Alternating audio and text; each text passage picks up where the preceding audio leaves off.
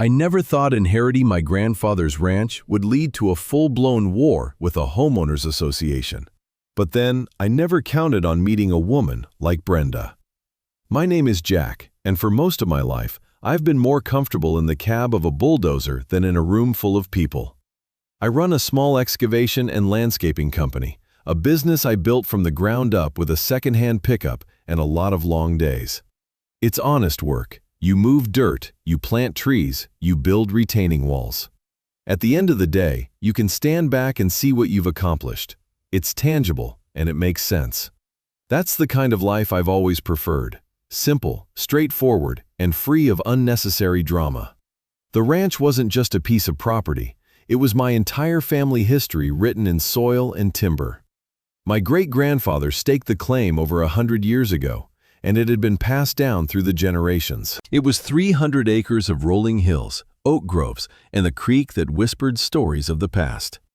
My grandfather, a man carved from the same stone as the mountains around us, taught me everything I knew on that land.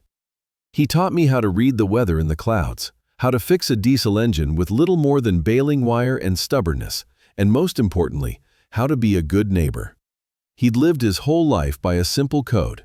You help people when they need it, you don't ask for anything in return, and you don't let anyone push you around on your own land. When he passed, leaving the ranch to me was his final act of trust. I moved into the old stone and timber house he'd built with his own hands, the scent of cedar and wood smoke still clinging to the walls. My business was already based out of the large workshop on the property, so the transition felt natural. My days were filled with work, and my evenings were spent on the wide front porch, watching the sun dip below the hills, feeling a sense of peace that felt as old as the land itself. For the first year, it was perfect. It was quiet. The problem started subtly, a new development sprouting like a patch of invasive weeds on the eastern edge of my property. It was called Willow Creek Estates, a name that was about as creative as its cookie-cutter houses. The developer had bought up old farmland and packed in as many homes as the county would allow. Initially, I didn't pay it much mind. Progress, I guess. The world changes. My grandfather had granted the original developer a simple easement 50 years prior, allowing for a single access road to be built across a 10-acre sliver of our property that connected to the main county highway. That road, a simple strip of asphalt named Ranch Road, became the sole entrance and exit for the entire Willow Creek community. For decades, it was just a road, used by a few farmhouses. Now it was the lifeline for 200 new families. For the first few years, things were fine.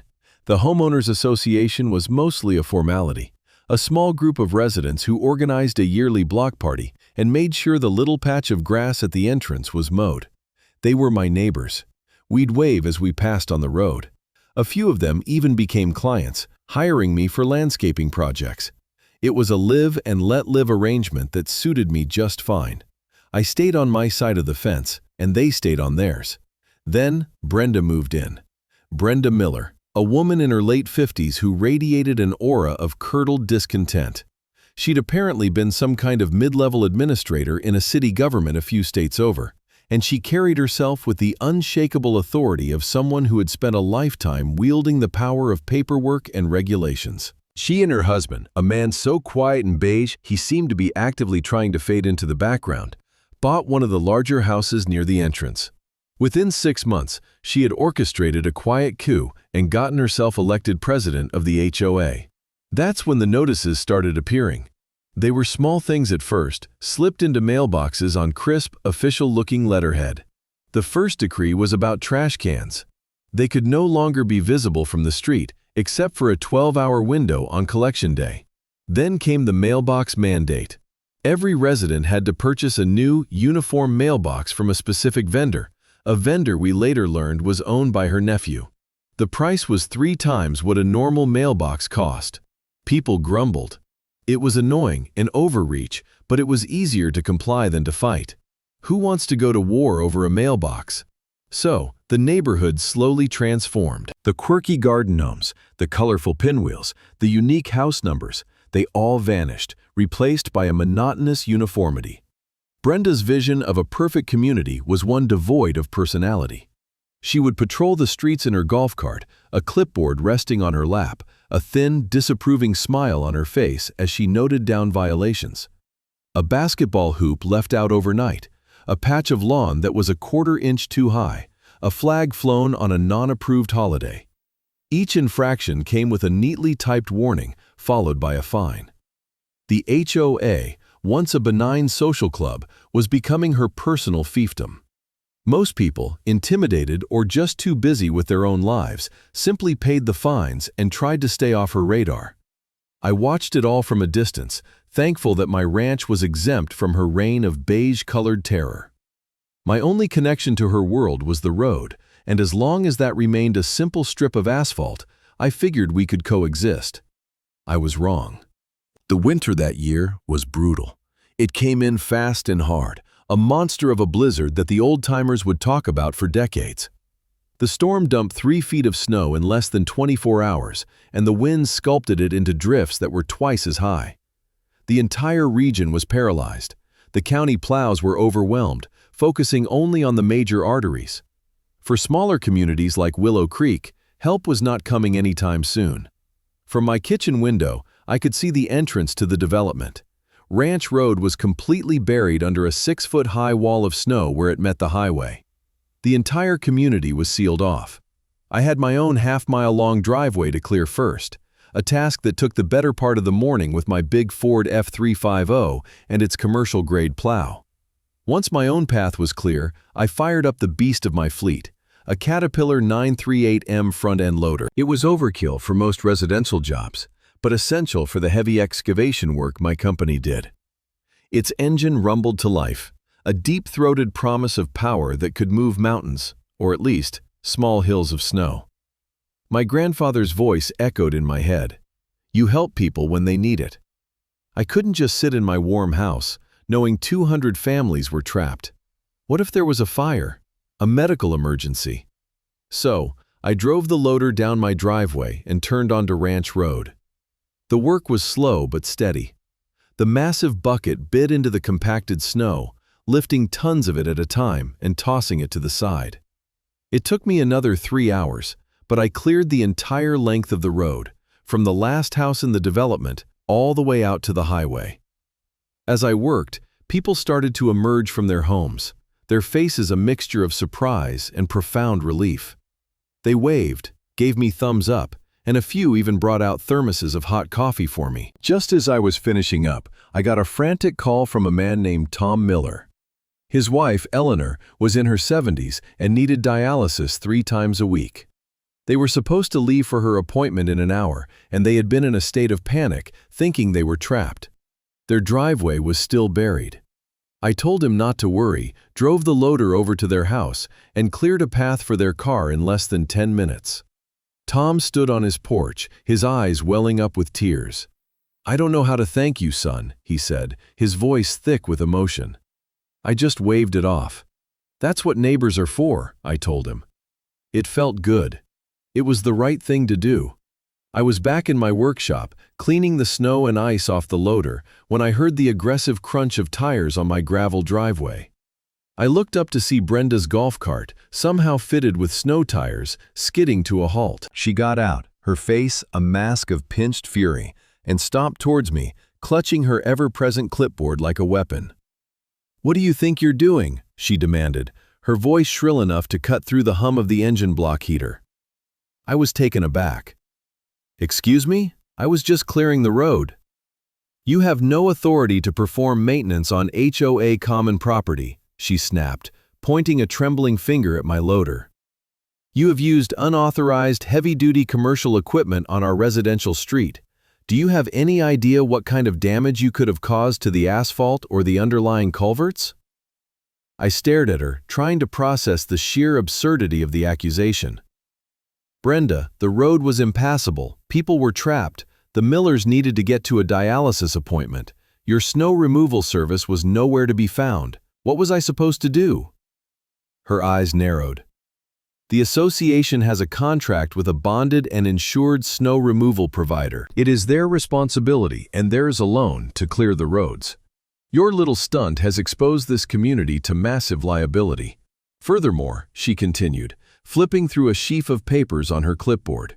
According to Bylaw 7, Section 4, Subsection B, any and all modifications to common areas must be pre-approved in writing by the Architectural Review Committee. Plowing is considered a temporary modification. I actually laughed. I couldn't help it. A temporary modification? It's snow, Brenda. It melts. And for the record, this road isn't HOA common property. It's my property. Your community just has an easement to use it. This fact, which I assumed was common knowledge, seemed to enrage her further. She ignored it completely. "You will receive a formal notice of violation in the mail," she declared, her voice trembling with self-righteous indignation. "The initial fine is $500. A second violation will result in a $1,000 fine. Do not, and I mean do not, ever operate your machinery on our property again. Is that clear?" Before I could even formulate a response that didn't involve suggesting where she could file her clipboard, she spun on her heel, marched back to her golf cart, and sped away, leaving me standing there in the cold, a cloud of bewildered anger settling over me. The satisfaction I had felt just an hour before, the simple joy of helping my neighbors, had evaporated, replaced by a cold, hard knot in my stomach. I had a feeling this was only the beginning. True to her word, the official notice arrived 2 days later. It was a masterpiece of bureaucratic venom, citing bylaws I was not subject to, and levying a $500 fine for unauthorized alteration of a common area.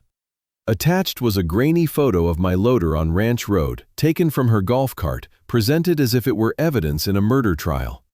I crumpled it up and threw it in the trash. I wasn't a member of her HOA, and she had no jurisdiction over me or my property. It was a bluff, an attempt at intimidation, and I wasn't going to play her game. A week later, a second envelope arrived. This one was thicker. Inside was another fine, this time for $1,000, for failure to comply with a previous directive. But there was more. It included a bill for $2,500 from a company called Precision Pavement Solutions. The invoice was for the emergency inspection and repair of asphalt gouges and subsurface stress fractures on Ranch Road, allegedly caused by my loader. I knew for a fact I hadn't damaged the road. I had used a high-end plow with a polyurethane cutting edge specifically to avoid scratching asphalt, and the loader's bucket never even touched the pavement. I walked the entire length of the road myself, inspecting it inch by inch. There were no new gouges, no cracks, nothing. The road was exactly as it had been, save for a few pre-existing potholes that had been there for years. Precision Pavement Solutions was a sham. A quick search online revealed the company had been formed only 3 months prior and was registered to an address that turned out to be a P.O. box in the next town over. This wasn't just a fine anymore, this was fraud. My refusal to pay sent Brenda into a higher orbit of fury. She started a campaign of harassment. Her golf cart became a permanent fixture at the edge of my property line, where she would sit for hours, taking pictures of my work trucks coming and going. She would stop delivery drivers and question them about their business with me. She was trying to build a case, any case, that my commercial business was violating the residential character of the neighborhood, conveniently ignoring that my ranch and business predated her entire subdivision by decades.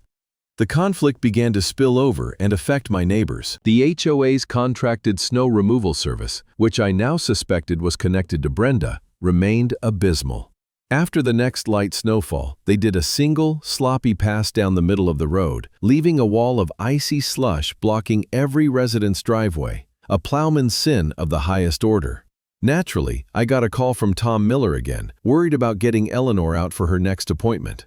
I wanted to help, but Brenda's threat echoed in my mind. If I plowed again, she would only escalate. Instead, I went over with my snowblower and a shovel and cleared the Miller's driveway by hand. It took me over an hour in the biting cold. While I was working, several other neighbors came out. They spoke in hushed tones, telling me how Brenda had been fining people whose sidewalks weren't cleared within 12 hours of the snow stopping, even as the main road remained a treacherous mess. They were scared of her. One woman told me she'd been fined because her holiday wreath was 2 inches too wide for her door. Another man had been cited because the stain on his deck had faded to a shade not on the approved color palette. They were being bled dry by 1,000 petty cuts, too intimidated to fight back individually. They thanked me for what I did during the blizzard, but begged me to be careful. "She's vindictive, Jack," Tom Miller warned me. "She's looking to make an example of you." The final straw came in the form of a certified letter. It was from the HOA's law firm, a name I recognized from a billboard on the highway that featured a shark in a suit. The letter informed me that due to my unpaid assessments and damages, the Willow Creek Estates Homeowners Association was placing a lien on my property. My 300-acre, century-old family ranch. A lien. For fines I didn't owe, for damages I didn't cause, over a road that I own. The rage that had been simmering inside me for weeks finally boiled over. This was no longer about snow or petty rules. This was a direct attack on my home, my business, and my family's legacy. My grandfather's words came back to me, clear as a bell. You don't let anyone push you around on your own land. Brenda had crossed a line that should never have been approached. It was time to stop being reasonable. It was time to fight back. That afternoon, I called Arthur Croft. Arthur was a lawyer in his late 60s, a semi-retired specialist in property and land use law.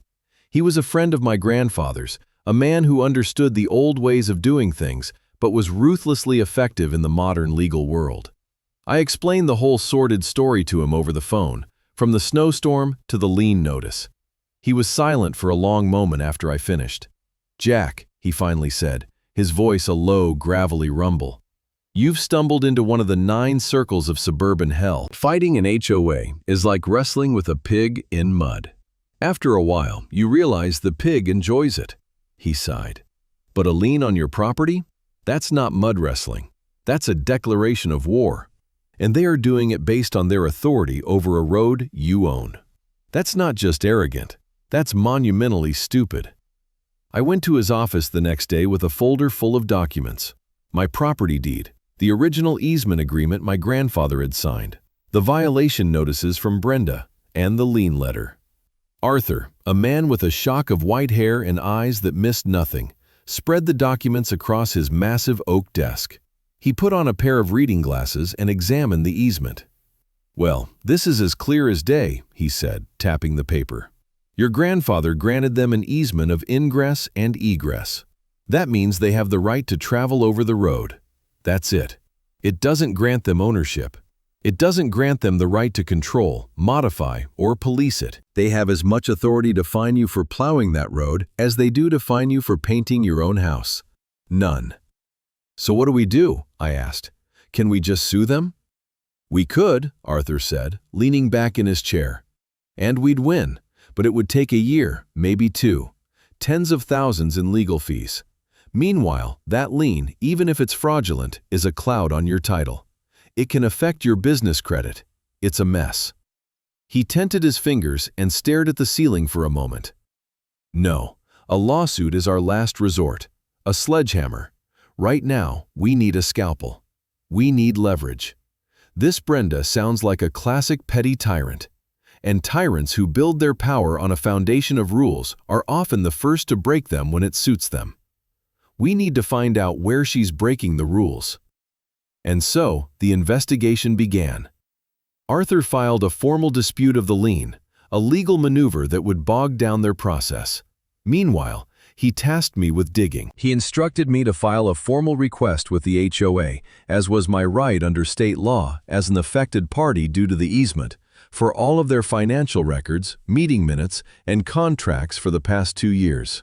As expected, Brenda stonewalled. The HOA's shark lawyer sent back a letter claiming I had no standing to request such documents.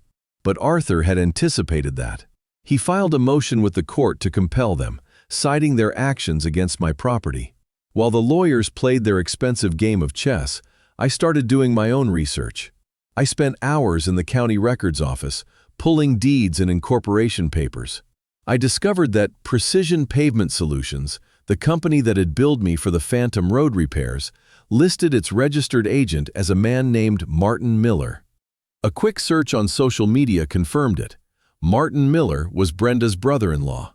It was a clear-cut case of self-dealing, using HOA funds to enrich her own family. I also started talking more to my neighbors in Willow Creek, But this time, I was more strategic. I sought out George, a retired civil engineer who was one of the original residents. He had been on the HOA board before Brenda took over and had been pushed out by her political maneuvering. George hated what she had done to the community. He still had contacts and a deep understanding of the HOA's original bylaws. We met in my workshop, away from prying eyes. "She's running it like a piggy bank," George said, his face grim, after I showed him the information about the paving company. The landscaping contract, the new mailboxes, the holiday decorations. "I'll bet her family is getting a piece of all of it. But proving it is hard. She controls the books, and the rest of the board are either her cronies or too scared to question her." We had a solid case for financial misconduct, but Arthur warned it could still get tied up in court. We needed something more. We needed something undeniable, something that would turn the community against her in an instant. We needed something that would make her position completely untenable. We just had to wait for Brenda, in her boundless arrogance, to hand it to us. We didn't have to wait long. The turning point came on a Tuesday morning in early April. I was driving my pickup back to the ranch after a supply run when I saw it. At the entrance to Ranch Road, right where my property met the county highway, a construction crew was unloading equipment. There were pallets of bricks, bags of mortar, and a prefabricated metal gate. Standing there, directing the workers with imperious gestures, was Brenda. I pulled over and got out, a cold feeling of dread and disbelief washing over me. "Brenda, what is this?" I asked, my voice dangerously calm. She gave me a triumphant smirk. "This, Mr. Davison, is the new Willow Creek Estates security checkpoint. The board has approved its construction to ensure the safety and security of our residents and to control access to our community." I stared at the spot where they were about to lay a foundation. It was at least 50 feet inside my property line. They were building on my land. "Your community? Brenda, this is my road. You can't build a permanent structure here." "Oh, I think we can," she said, her voice dripping with condescension. "Our attorney has reviewed the easement and he believes we have the right to take necessary measures to maintain and secure our access. This gate will prevent unauthorized commercial traffic," she said, giving my work truck a pointed look, "and the guardhouse will allow us to properly vet any vendors. We're also implementing a small toll for non-residents to help fund the road's upkeep." A toll booth. She was building a toll booth on my private road. The sheer, unmitigated gall of it was breathtaking. She was planning to charge people, maybe even me, to use a road that I owned, and she was building the infrastructure for her little scheme on my land without so much as a word to me. This was it. This was the mistake we had been waiting for. It was so brazen, so illegal, so profoundly stupid that it was almost beautiful. It was a gift. I didn't argue with her. I didn't yell. I just looked at the crew, at the pallets of bricks, at her smug, victorious face. I nodded slowly. "All right, Brenda," I said. "You do what you think you have to do." I got back in my truck and drove away. Her laughter followed me, the sound of a petty tyrant who was sure she had finally won. The first call I made was to Arthur. I explained what was happening. For a full 10 seconds, there was only stunned silence on the other end of the line. Then, he let out a low whistle. "Oh, she is a special kind of stupid, isn't she?" he said, a note of genuine admiration in his voice. "Jack, this is perfect. This isn't a fine or a lien anymore. This is trespassing, illegal construction, and conversion of private property. This isn't a scalpel situation anymore. She just handed you the sledgehammer." My strategy shifted instantly. We were no longer on the defensive, trying to fend off her attacks. We were now on the offensive. The plan Arthur and I hatched was simple, direct, and would use the very tools of my trade that Brenda so despised. First, Arthur drafted an immediate cease and desist letter, along with a formal notice of trespassing. It stated in no uncertain terms that the HOA was to halt all construction on my property immediately and remove all materials and personnel within 24 hours. He sent it via courier directly to Brenda and the HOA's law firm. As we predicted, they ignored it. The construction continued. For the next 2 days, I watched them work.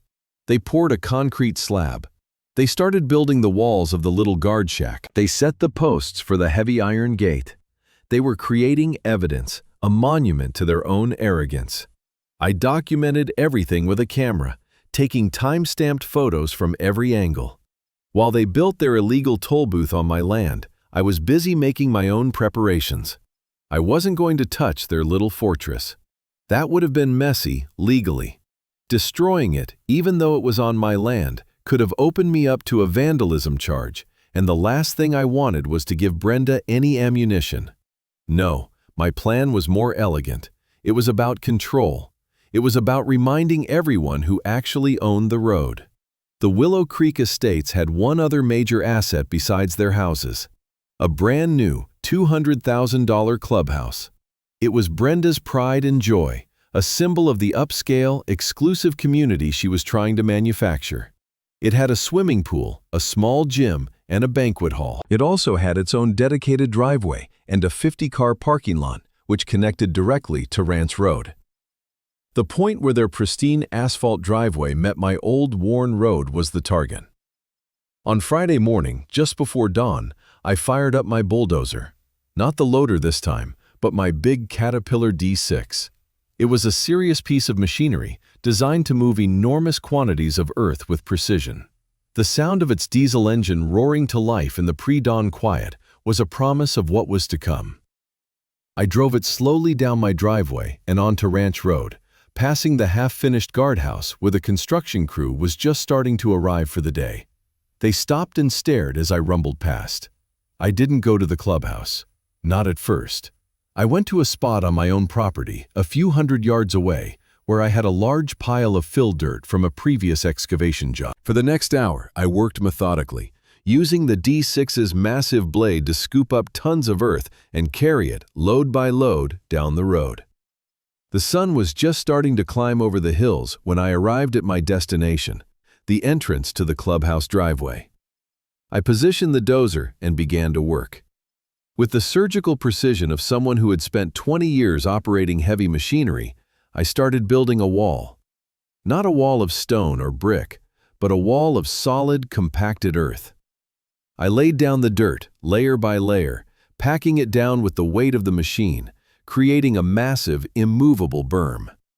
It was 6 feet high, about 20 feet wide, and it stretched the entire width of the clubhouse driveway, completely and utterly sealing it off from Ranch Road.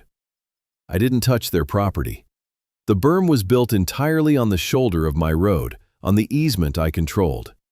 I had, in effect, legally disconnected their clubhouse from the outside world. It didn't take long for the fireworks to start. A resident on their morning jog saw what I was doing and, presumably, called Brenda. Within 15 minutes, her golf cart came screaming around the corner, fishtailing to a halt just feet from the growing wall of dirt.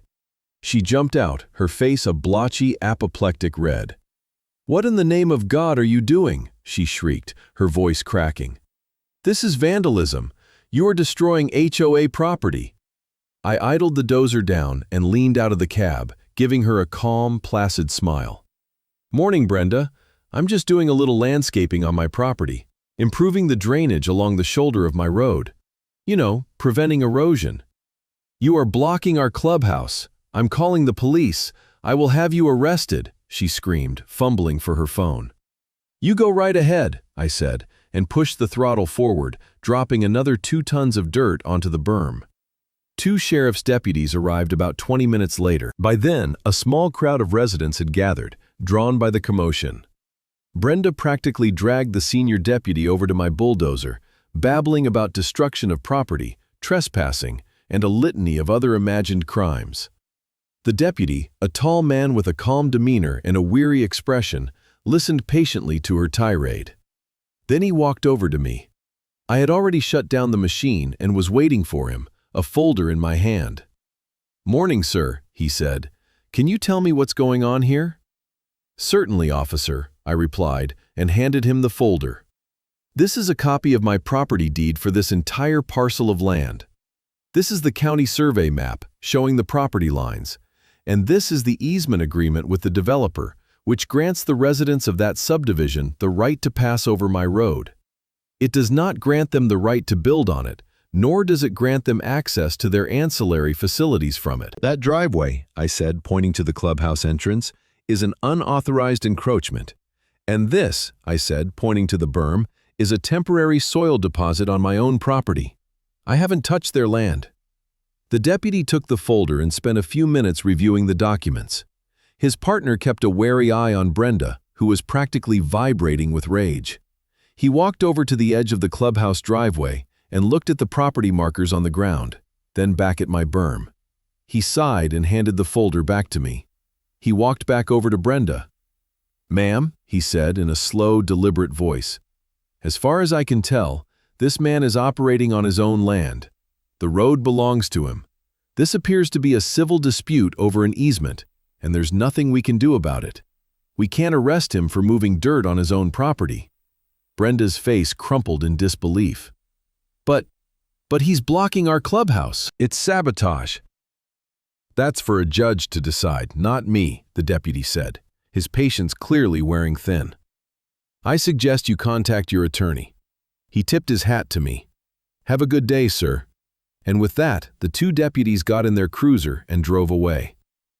The moment the police car was out of sight, Brenda's authority, which was built entirely on the illusion of power and the threat of enforcement, crumbled into dust. The crowd of onlookers, who had been watching in silence, saw it all. They saw her shriek at me. They saw her call the police. And they saw the police tell her she was powerless. They saw the emperor, or in this case, the empress, had no clothes. Her public meltdown was spectacular.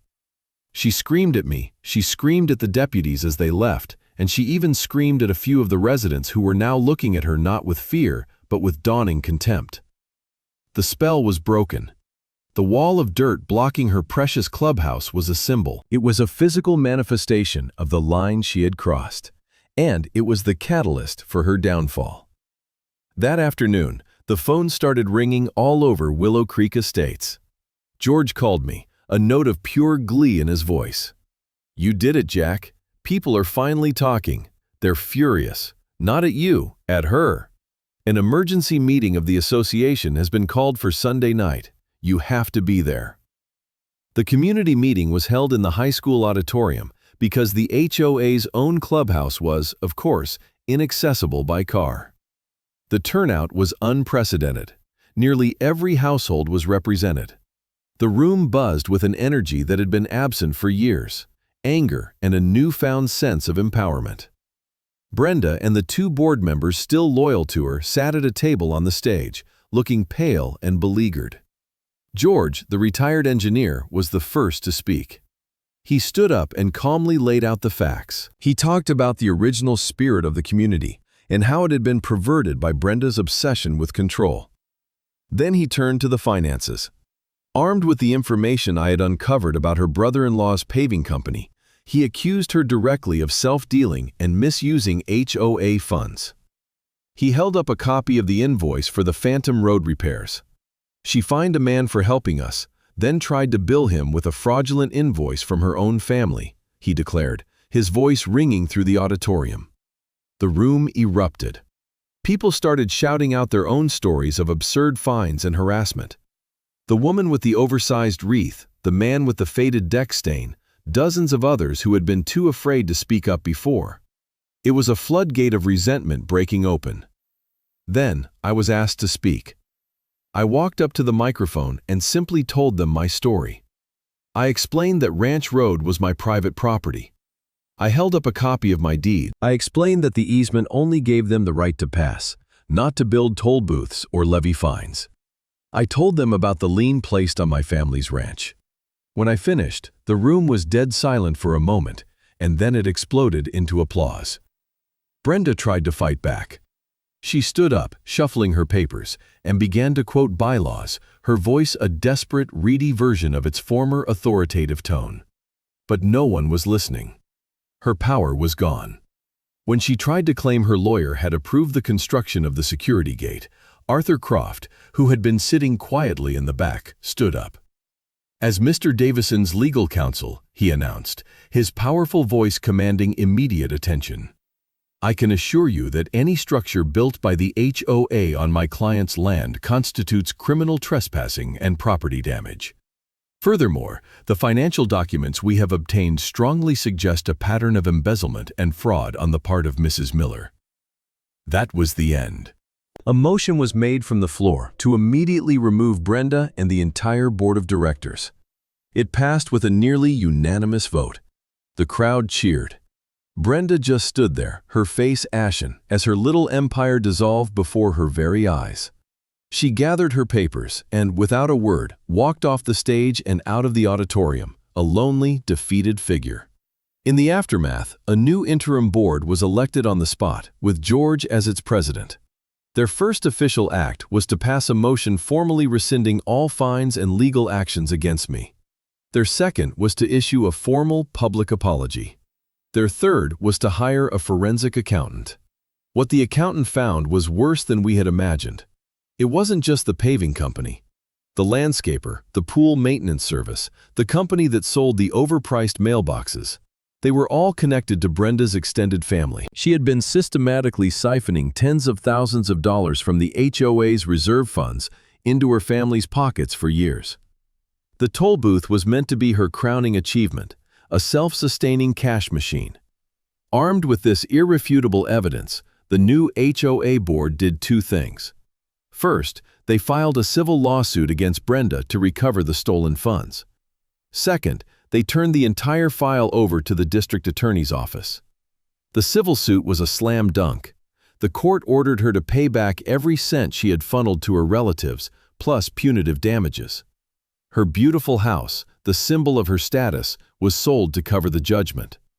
The criminal case took longer, but the outcome was just as decisive. Faced with a mountain of evidence, Brenda Miller was charged and convicted on multiple counts of felony fraud and embezzlement.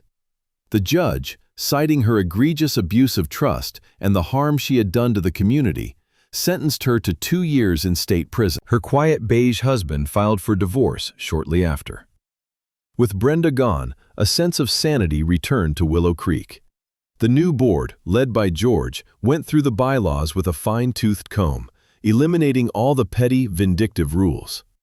The uniform mailboxes remained, as it was too much trouble to change them, but the garden gnomes and colorful pinwheels started to reappear on lawns. The community began to feel like a neighborhood again, not a sterile compound. The day after the new board was elected, I took the D6 and, in a gesture of goodwill, removed the massive earth berm blocking the clubhouse.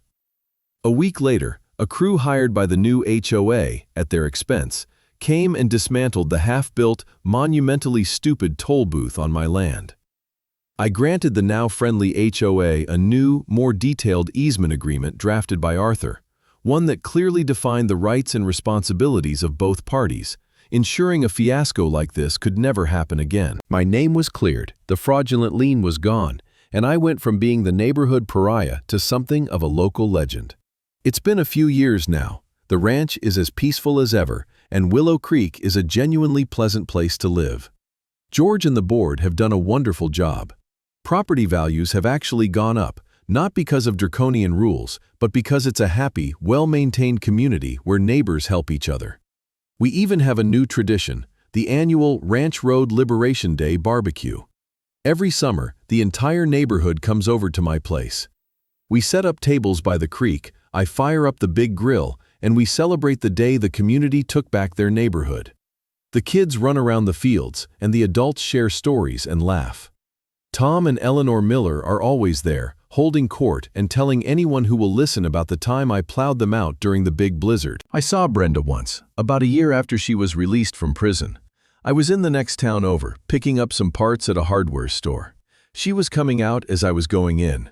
She looked older, smaller. The hard, self-righteous certainty in her eyes was gone, replaced by a hollow, haunted look. She was pushing a cart with a single bag of potting soil in it. Our eyes met for a brief second. I saw a flicker of recognition, then shame.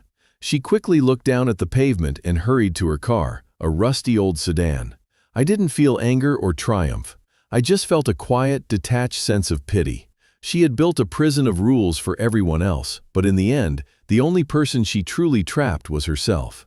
Sometimes, when I'm sitting on my porch in the evening, I think about that whole crazy affair. It's a reminder that tyranny doesn't always arrive with tanks and soldiers. Sometimes it shows up in a golf cart, armed with a clipboard and a twisted interpretation of the bylaws. It thrives in the silence of good people who are too busy or too intimidated to speak up. It preys on our desire to avoid confrontation. What I learned through all of this is that there are lines that must be defended. Your property, your family's legacy, your right to live in peace. Those things are worth fighting for. Sometimes you have to be willing to draw a line in the dirt, or in my case, build a 6-foot wall of it to remind people where the boundary is. The sun is getting low now, painting the hills in shades of orange and purple. The sounds from the neighborhood next door are of kids playing and lawnmowers humming, the normal sounds of life. Ranch Road is just a quiet strip of asphalt again. Tomorrow, I have a job clearing land for a new barn on the other side of the county. There's dirt to be moved, work to be done, and as I get ready for another day, I feel a deep sense of gratitude for the simple, tangible world I live in, and for the hard-won peace that now settles over my land. My grandfather would be proud.